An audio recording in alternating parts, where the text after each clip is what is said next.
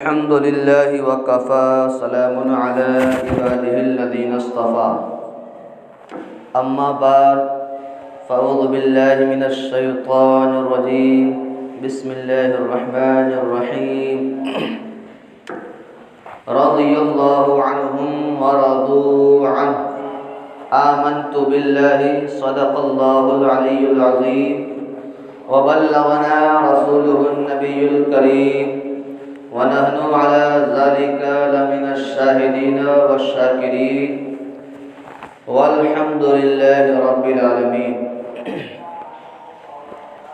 آئیے ہم اور آپ سب سے پہلے حصول برکت کے لیے دونوں عالم کے مالک و مختار، ہم غریبوں کے غم گسار جناب احمد مصطفیٰ محمد مصطفیٰ صلی اللہ علیہ وسلم کی بارگاہ عالیہ میں ایک بار جھوم کر خلوص و للہیت کے ساتھ محبت کے ساتھ درود پاک کا تحفہ پیش کرے۔ اللہم صلی علی سیدنا شفیعنا مولانا محمد معدن الجود والکرم منبع العلم والحلم والحکم وبارک وسلم صلاۃ دائما علیک یا رسول اللہ صلی اللہ تعالی علیہ وسلم۔ برادران اسلام، آج چاند کی 2 تاریخ ہے، یعنی 2 رجب المرجب، اور یہ مہینہ بہت ہی عظمت اور بابرکت والا مہینہ ہے۔ سرکار دو عالم صلی اللہ علیہ وسلم نے فرمایا، رجب شہر اللہ تعالی وشعبان شہری ورمضان شہر امتی۔ اس حدیث پاک کا ترجمہ یہ ہے، رسول پاک فرماتے ہیں کہ رجب کا مہینہ یہ اللہ تبارک و تعالی کا مہینہ ہے۔ یہ جو مہینہ چل رہا ہے یہ اللہ کا مہینہ ہے۔ آگے فرماتے ہیں شعبان و شہری، شعبان یعنی اس کے بعد جو مہینہ آئے گا شعبان المعظم، رسول فرماتے ہیں شعبان میرا مہینہ ہے۔ آگے فرماتے ہیں رمضان و شہر امتی، رمضان کا مہینہ میری امت کا مہینہ ہے۔ اب اس حدیث پاک سے ایک بات ظاہر ہوتی ہے، یہ تینوں مہینے، رجب المرجب کا مہینہ، شعبان المعظم کا مہینہ، رمضان المبارک کا مہینہ، یہ تینوں مہینے ہمارے اور آپ کے لیے بہت خاص مہینے ہیں، امپورٹنٹ منتھس ہیں۔ اور ساتھ ہی ساتھ یہ بھی سمجھتے چلیں کہ رجب کے معنی کیا ہوتا ہے۔ اس مہینے کا نام رجب المرجب ہے، تو رجب کا معنی کیا ہوتا ہے؟ تو رجب کے معنی ہوتا ہے تعظیم کرنا۔ رجب کے معنی ہوگا تعظیم کرنا۔ اور جنت میں ایک نہر ہے، اس نہر کا نام بھی رجب ہے۔ سنیے توجہ سے، جنت میں ایک نہر ہے، اس نہر کا نام بھی رجب ہے۔ اس نہر کی خاصیت کیا ہے؟ اس نہر کی کوالٹی کیا ہے؟ لکھا گیا جو رجب کی پہلی تاریخ کو، یعنی کل جو پہلی تاریخ گزر گئی، جو رجب کی پہلی تاریخ کو ایک روزہ رکھے تو اس کے 3 سال کے چھوٹے گناہ معاف کر دیے جاتے ہیں۔ رجب کی جو پہلی تاریخ کا ایک روزہ رکھے، یعنی کل جو رکھا ہوگا، 3 سال کے چھوٹے گناہ صغیرہ معاف کر دیے جاتے ہیں، گناہوں کا کفارہ کر دیا جاتا ہے۔ اب لکھا گیا جو رجب کی 2 تاریخ کو یعنی دوسری اردو تاریخ، یعنی آج جو رجب کی دوسری تاریخ کو، یعنی آج ایک روزہ رکھے اس کے 2 سال کے چھوٹے گناہ معاف کر دیے جاتے ہیں روزہ رکھنے کی برکت سے۔ آگے لکھا گیا ہے جو رجب کی تیسری تاریخ کو، یعنی کل جو آنے والا ہے، رجب کی تیسری تاریخ کو جو ایک نفلی روزہ رکھے اس کے 1 سال کے چھوٹے چھوٹے گناہ معاف کر دیے جاتے ہیں۔ اور صرف گناہ ہی معاف نہیں، بلکہ اب لکھا گیا جو یہ تینوں روزہ رکھ لے تو جو رجب نام کا جنت میں نہر ہے اس نہر سے پانی بہتا ہے، تو جو اس مہینے کا روزہ رکھے گا اللہ تبارک و تعالی قیامت کے دن اس رجب نہر سے اس کو پانی پی کر سیراب کر دیتا ہے۔ جب وہ پیاسا ہوگا، اس وقت پیاس سے تڑپ رہا ہوگا، تو اس روزے رکھنے کی برکت سے وہاں پر اس رجب جنت کے نہر سے اس کو پانی پلایا جائے گا، سیراب کیا جائے گا، اس کی پیاس کو بجھا دیا جائے گا۔ یہ فضیلتیں ہیں اس رجب کے مہینے کے روزہ رکھنے کی۔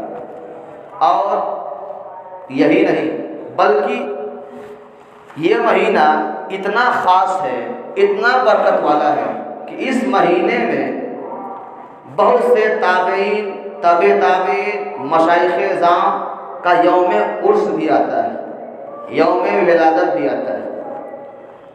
ان تمام تابعین، تابع تابعین میں ایک ایسے تابعی بھی گزرے ہیں، تابع تابعی بھی گزرے ہیں جن کا نام آپ بخوبی جانتے ہوں، امام جعفر صادق رضی اللہ تعالیٰ عنہ۔ امام جعفر صادق رضی اللہ تعالیٰ عنہ کی ولادت، ان کی پیدائش کب ہوئی؟ 17 ربیع الاول کو 83 ہجری میں ان کی ولادت ہوئی۔ کہاں پر ہوئی؟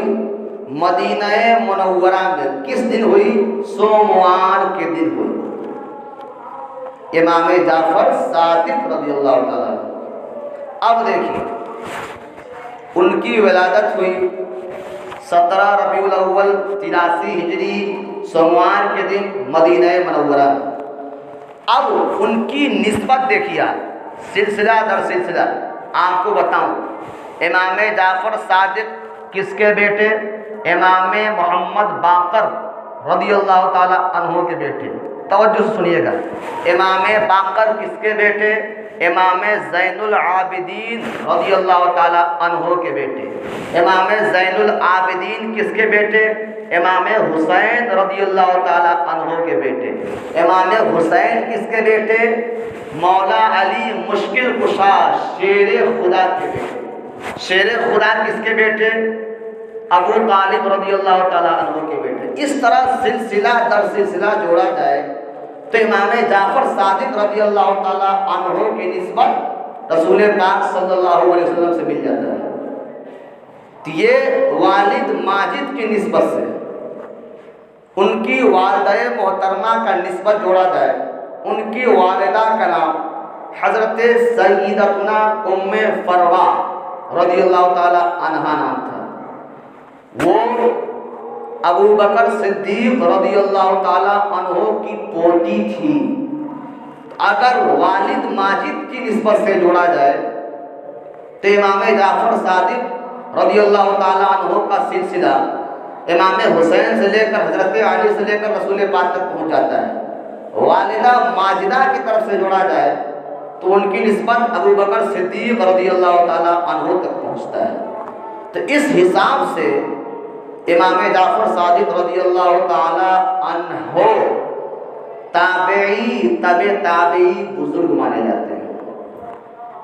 اب سنیے اور آگے ان کی تربیت کس طریقے سے ان کے والد نے، ان کے والدہ نے اپنے بیٹے کی تربیت کی تھی، ادب سکھایا تھا، طریقہ سکھایا تھا، جینے کا طریقہ، دین اسلام میں رہنے کا طریقہ۔ امام جعفر صادق رضی اللہ تعالیٰ عنہ کا رفتہ رفتہ پروان چڑھتا گیا۔ لکھا گیا امام جعفر صادق ابھی 4 سال کے ہوئے، جب 4 سال کے، آپ عموماً دیکھیں گے بچے جب 4-5 سال کے ہوتے ہیں تو کھیل کود میں مشغول رہتے ہیں۔ عموماً یہ دیکھا جا رہا ہے ابھی پرزینٹ ٹینس میں، ابھی دیکھا جا رہا ہے ورتمان کال میں، جب 4-5 سال کے بچے رہ رہے ہیں تو یا تو گیم کھیلنے میں مشغول ہیں موبائل میں، یا تو کارٹون دیکھنے میں مشغول ہیں، یا تو گولی کھیلنے میں مشغول ہیں، یا تو لٹو نچانے میں مشغول ہیں۔ یہ دیکھ سکتے ہیں، آپ دیکھ بھی رہے ہوں گے۔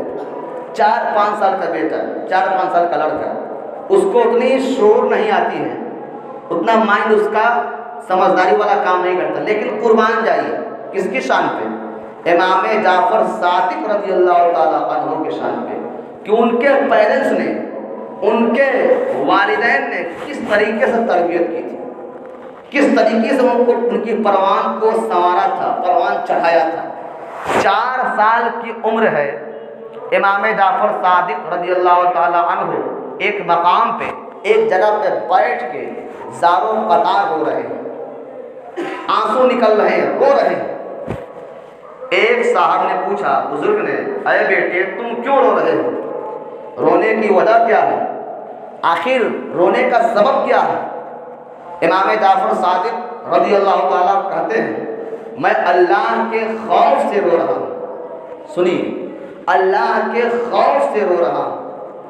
اب وہ بزرگ کہتے ہیں اے بیٹے ابھی تو تم 4 سال کے ہو، ابھی تو تم نے گناہ بھی نہیں کیا ہے، 4 سال چھوٹی عمر ہے، کم سن عمر ہے، تب کس بات سے رو رہے ہو، کس خوف سے رو رہے ہو؟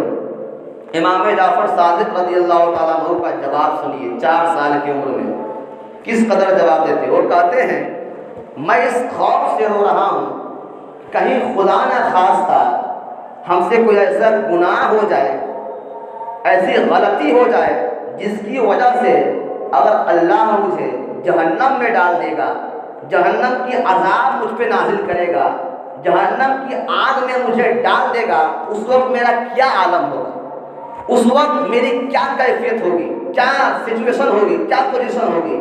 میں وہی بات سوچ سوچ کے بار بار رو رہا ہوں، بار بار میری آنکھ سے آنسو نکل رہے ہیں۔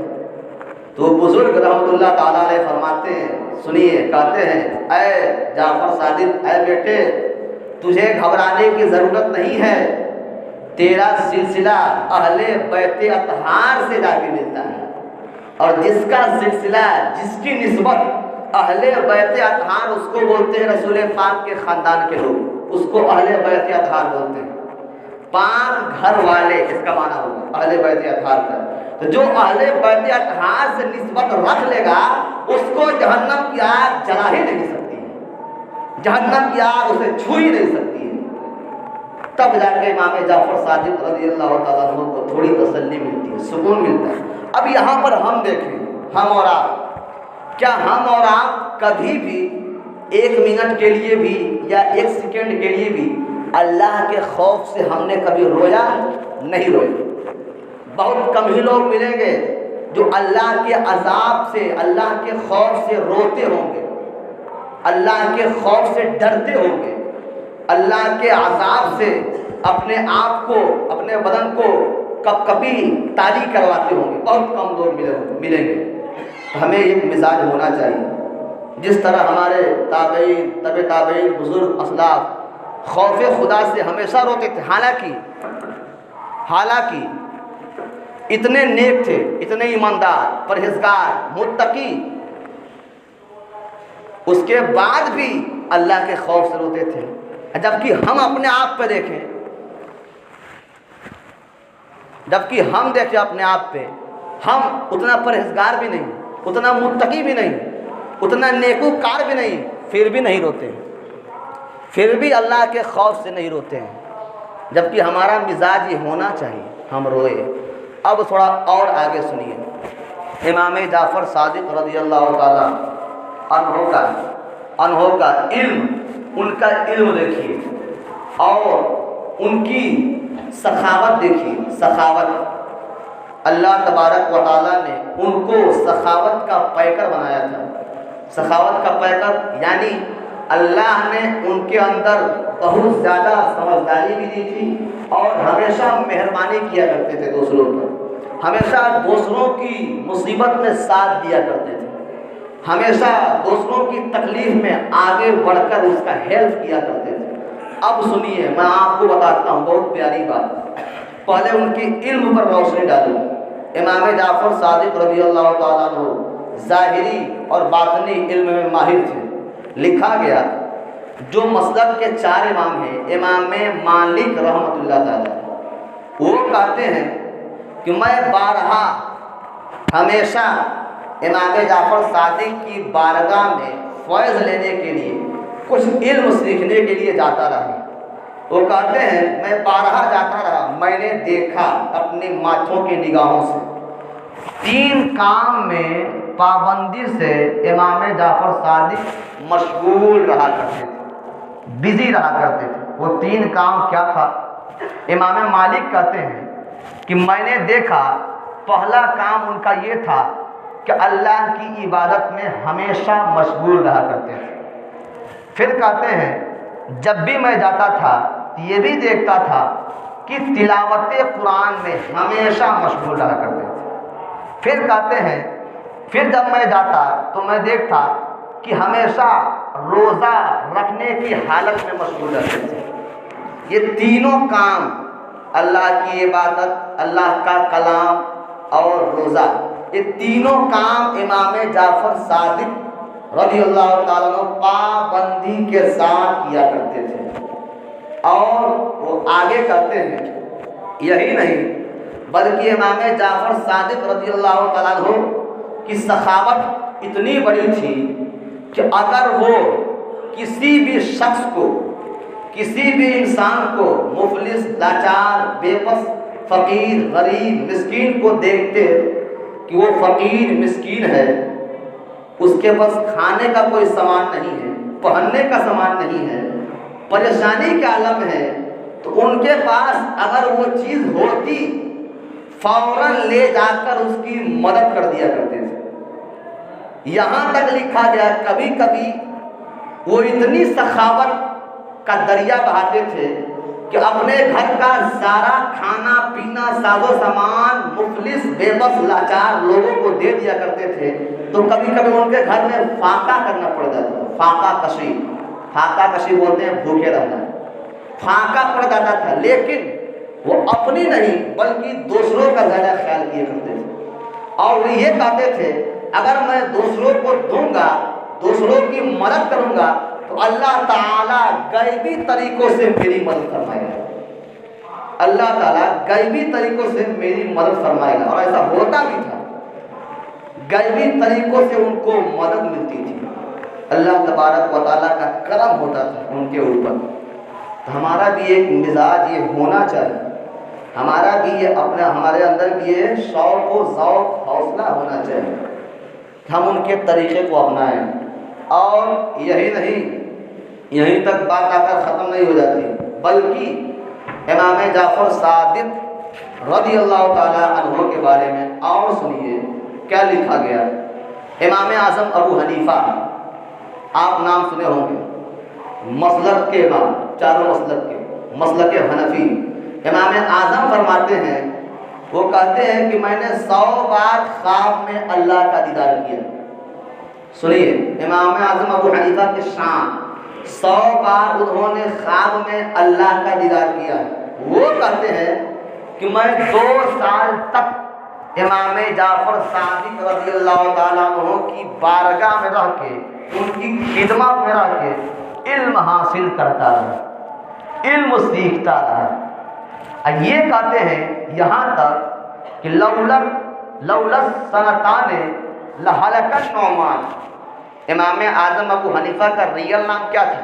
نعمان بن ثابت، نعمان بن ثابت، ریئل نام نعمان، ان کے والد کا نام ثابت، تو نعمان بن ثابت۔ وہ کہتے ہیں کہ میں 2 سال تک ان کی خدمت میں رہا، اور اگر کہتے ہیں کہ اگر میں وہ 2 سال ان کی خدمت میں نہیں رہا ہوتا، ان کی بارگاہ میں اگر علم حاصل نہیں کیا ہوتا تو میں ہلاک ہو گیا ہوتا۔ لہلک النعمان لکھتے ہیں کہ میں ہلاک ہو گیا ہوتا، برباد ہو گیا ہوتا۔ اب اس جملے سے، اس قول سے کیا ثابت ہوتا ہے؟ کیا ہمیں سبق ملتا ہے؟ کیا ہمیں درس ملتا ہے؟ وہ 2 سال ان کے لیے کتنا قیمتی تھا کہ وہ کہتے ہیں اتنے بڑے فقیہ، اتنے بڑے مسلک کے امام ہوتے کہتے ہیں کہ میں 2 سال نہیں رہا ہوگا تو میری زندگی ہلاک ہو گئی ہوتی۔ تو ہم ذرا سوچیں، ہم اور آپ، ہم کتنا بزرگوں کی بارگاہ میں رہتے ہیں، کس قدر ہم جاتے ہیں، کس قدر جا کے ہم فیض لوٹتے ہیں، کس قدر جا کے ہم نصیحت سنتے ہیں، کتنا ہم ان کی تعلیم لیتے ہیں، ان سے سیکھتے ہیں۔ ایک تعداد ملے گی، 2-4 لوگ ملیں گے آپ کو، تو کہاں سے علم حاصل ہوگا؟ کہاں سے آپ کو نالج حاصل ہوگا؟ کہاں سے فیض ملے گا؟ کہاں سے آپ کے اوپر رحمت کی بارش برسے گی؟ تو اب وہ سوچئے امام اعظم رحمۃ اللہ تعالیٰ علیہ، تو وہ کہتے ہیں، تو ان کی باتوں سے ظاہر ہوتی ہے کہ امام جعفر صادق کا مقام کتنا بلند ہے، کس قدر اللہ نے ان کو وہ پاور دیا تھا، وہ رتبہ دیا تھا۔ اور امام جعفر صادق رضی اللہ تعالیٰ عنہ کی پوری زندگی کئے سال تھی؟ دنیا میں ظاہری طور پر کتنے سال کا حیات رہے؟ 68 ایئرس، 68 سال وہ دنیا میں ظاہری طور پہ باحیات رہے، زندہ رہے۔ اور ان کی وفات، ان کی فوت کب ہوئی؟ اسی مہینے میں 15 تاریخ کو، اردو کی 15 رجب المرجب کو ان کو کسی نے کھانے میں زہر دے دیا۔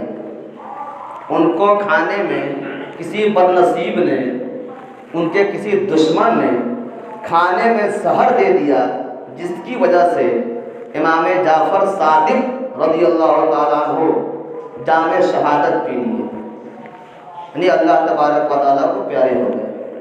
68 سال انہوں نے زندگی گزاری، اور 68 سال میں اللہ تبارک و تعالیٰ اور اس کے رسول کے فرمان پہ عمل کرتے ہیں، ہمیں بھی کرنا چاہیے۔ اب اور مزید بات سنیے، اسی مہینے میں ہم اور آپ کنڈے کا فاتحہ کراتے ہیں۔ تو اب بھائی کنڈے کیا چیز ہے؟ مجھ سے کئی لوگوں نے سوال پوچھا میسج کے ذریعے، فیس ٹو فیس، حضرت کنڈا کیا چیز ہے؟ کنڈے کی حقیقت کیا ہے؟ کنڈا کسے کہتے ہیں؟ ذرا اس کے بارے میں بتائیں۔ تو اب میں آپ کو بتاؤں، کنڈے کا جو ہم فاتحہ کرتے ہیں اسی مہینے میں، تو کنڈے کا معنی کیا ہے بھائی؟ تو لکھا گیا ڈکشنری معنی، لیکسیکل میننگ، ڈکشنری معنی، لغوی معنی، اس کا معنی یہ ہے مٹی کا برتن۔ لغوی معنی مٹی کا برتن، کنڈے کا۔ اب اصطلاحی معنی، ٹرمینولوجیکل میننگ، اصطلاحی معنی اس کا کیا ہوگا؟ شبداولی ارتھ، اس کا معنی یہ ہوگا مٹی کے برتن میں کھیر پکا کے یا میٹھی چیز پکا کر امام جعفر صادق رضی اللہ تعالیٰ عنہ کے نام سے ایصال ثواب کرنے کو کنڈا کہا جاتا ہے، اسی کو کنڈے کا فاتحہ کہا جاتا ہے۔ یہ ہے کنڈے کی حقیقت۔ اور یہی نہیں بلکہ اس کے بارے میں لکھا گیا کہ 22 رجب المرجب کو، اردو کی 22 تاریخ کو، امام جعفر صادق رضی اللہ تعالیٰ عنہ کے نام سے ایصال ثواب کر کے کنڈے کا فاتحہ دلایا جاتا ہے اور کیا جاتا ہے۔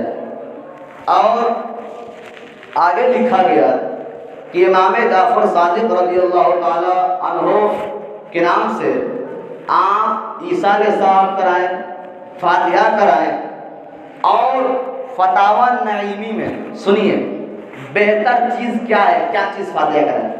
میٹھی چیز میں کیا ہے؟ بہتر چیز کیا ہے؟ فتاوی نعیمی ایک کتاب ہے، اس کے رائٹر، مصنف، صداقت، لیکھک کون ہے؟ مفتی احمد یار خان نعیمی، مفسر شہید ان کا ٹائٹل ہے، لقب ہے۔ وہ اپنی کتاب میں لکھتے ہیں کہ سوا پاؤ میدا، سوا پاؤ شکر چینی، سوا پاؤ گھی، یہ تینوں چیز ملا کر مٹی کے برتن میں کھیر پکا کر، ساتھ ہی ساتھ پوری بھی پکا لیں اور پکانے کے بعد امام جعفر صادق رضی اللہ تعالیٰ عنہ کے نام سے ایصال ثواب کریں. انہوں نے لکھا ہے یہ زیادہ بہتر ہے. اور آگے یہ بھی لکھتے ہیں اگر یہ تینوں چیز انتظام نہ ہو پائے، مان لیجیے سب تو امیر ہے نہیں، کوئی غریب بھی ہے، کوئی مفلس بھی ہے، کوئی لاچار بھی ہے. آگے لکھتے ہیں اگر یہ تینوں چیز انتظام نہ ہو پائے تو کوئی بھی چیز، میٹھی چیز، کوئی بھی چیز، کوئی بھی سامان، چھوٹا بڑا، کھجور، چھہارا، کچھ بھی مٹی کا برتن میں بہتر یہ ہے، سنت طریقہ بھی ہے.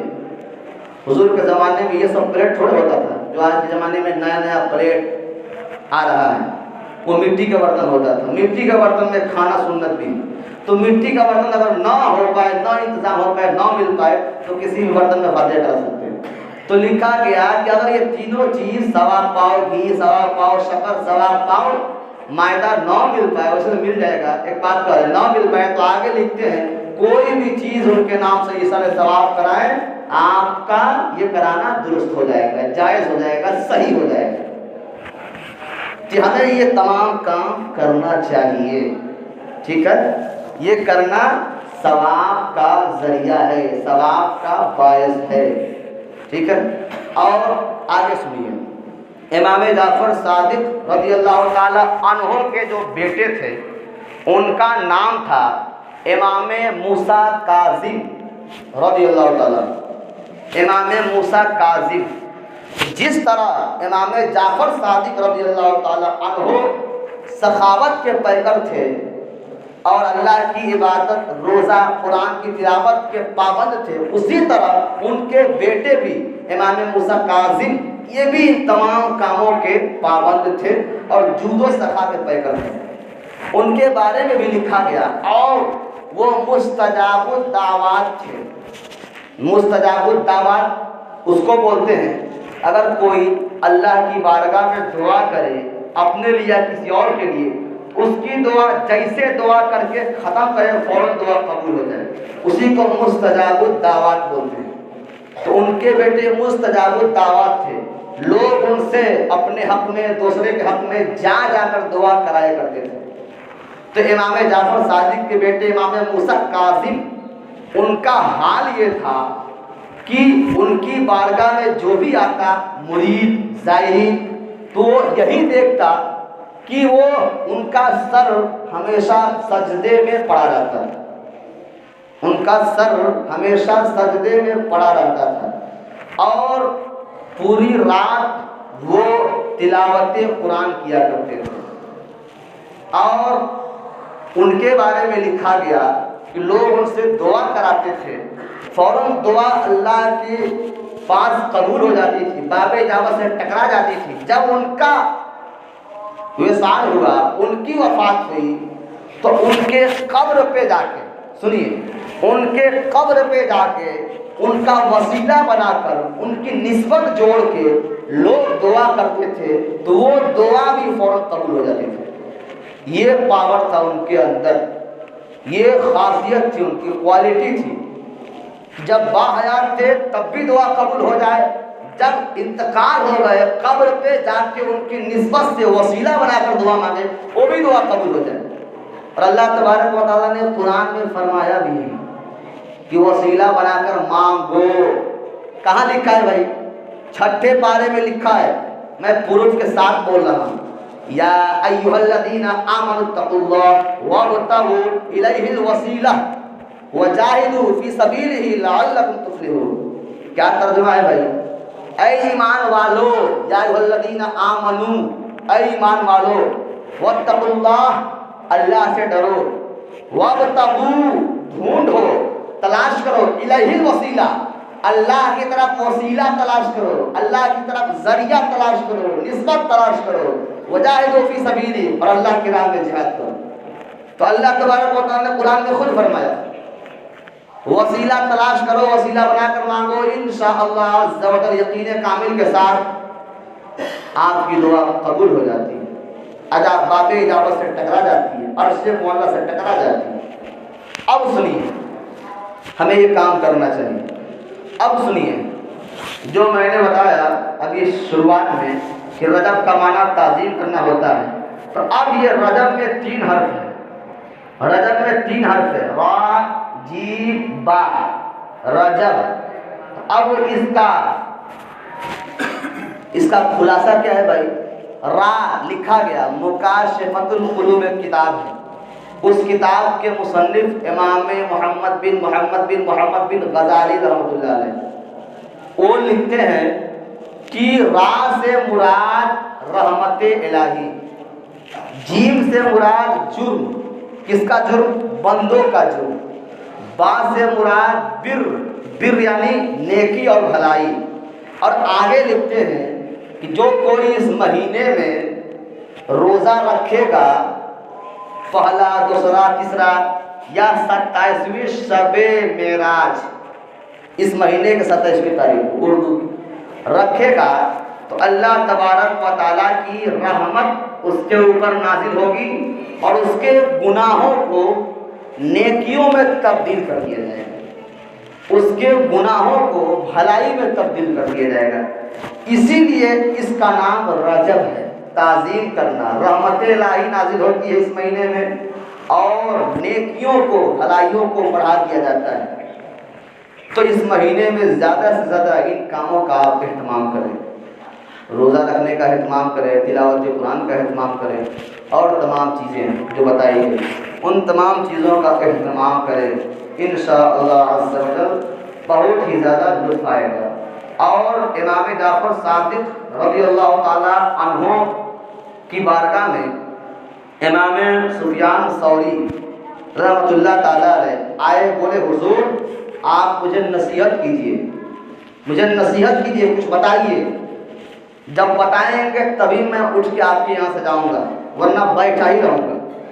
امام جعفر صادق رضی اللہ تعالیٰ عنہ نے ان کو کہا اگر رزق میں روزی میں برکت چاہتے ہو، ہماری روزی میں اضافہ ہو، کمائی میں برکت ہو، تو استغفار کیا کرو، استغفار کیا کرو کثرت کے ساتھ، خوب زیادہ، استغفر اللہ ربی من کل ذنب واتوب الیہ، اتنا نہیں کہنے آئے گا، استغفر اللہ اتنا کہیں، استغفار کرتے رہیں، اللہ تعالیٰ اس کے روزی میں بے پناہ برکتیں نازل کرنے لگتا ہے، برکتیں دینے لگتا ہے، ادھر ادھر جانے کی ضرورت نہیں ہے، تعویذ لکھوانے کی ضرورت نہیں ہے، آپ خود ہی یہ سب عمل کریں، وظیفہ پڑھیں، خود ہی آپ کے اوپر برکت نازل ہو جائے گی، خود ہی آپ کی کمائی میں برکت ہوگی۔ اب دیکھیے اور کہتے ہیں اور کچھ بتائیے، تو امام جعفر صادق رضی اللہ تعالیٰ عنہ کہتے ہیں اگر اللہ کی نعمتیں نازل ہو تو اس کی ناشکری نہ کرو، ناشکری نہ کرو، نافرمانی نہ کرو۔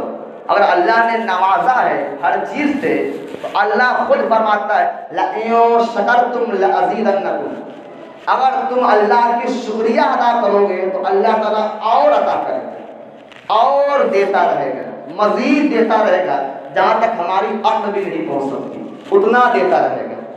تو ہم اللہ کی شکریہ، اللہ کا شکر ہر حال میں کریں، نہ شکری نہ کریں، نہ فرمانی نہ کریں۔ اور کہتے ہیں اور کچھ نصیحت کیجیے، اور کچھ بتائیے، تو وہ کہتے ہیں اگر چاہتے ہو کہ قبر میں عذاب نہ ہو، قبر میں سکون سے رہو، چین سے رہو، قبر میں آرام ملے، کہتے ہیں کہ روزانہ رات میں عشاء کی نماز پڑھنے کے بعد سورہ ملک اور سورہ سجدہ کی تلاوت کر لیا کرو۔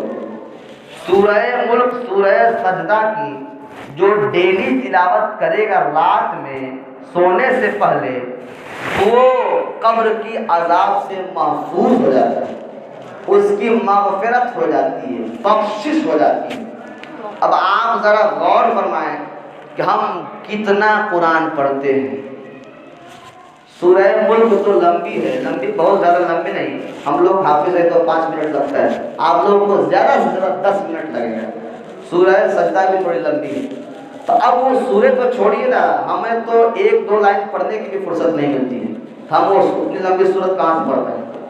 تو بھائی سب جانتے ہیں کہ مولانا ہے اب مرنا ہے تو اس میں آپ سکون چاہتے ہیں، راحت چاہتے ہیں، تو یہ بزرگان دین کے باتوں پہ عمل کریں، انشاءاللہ عز و جل راحت ملے گی، سکون ملے گا۔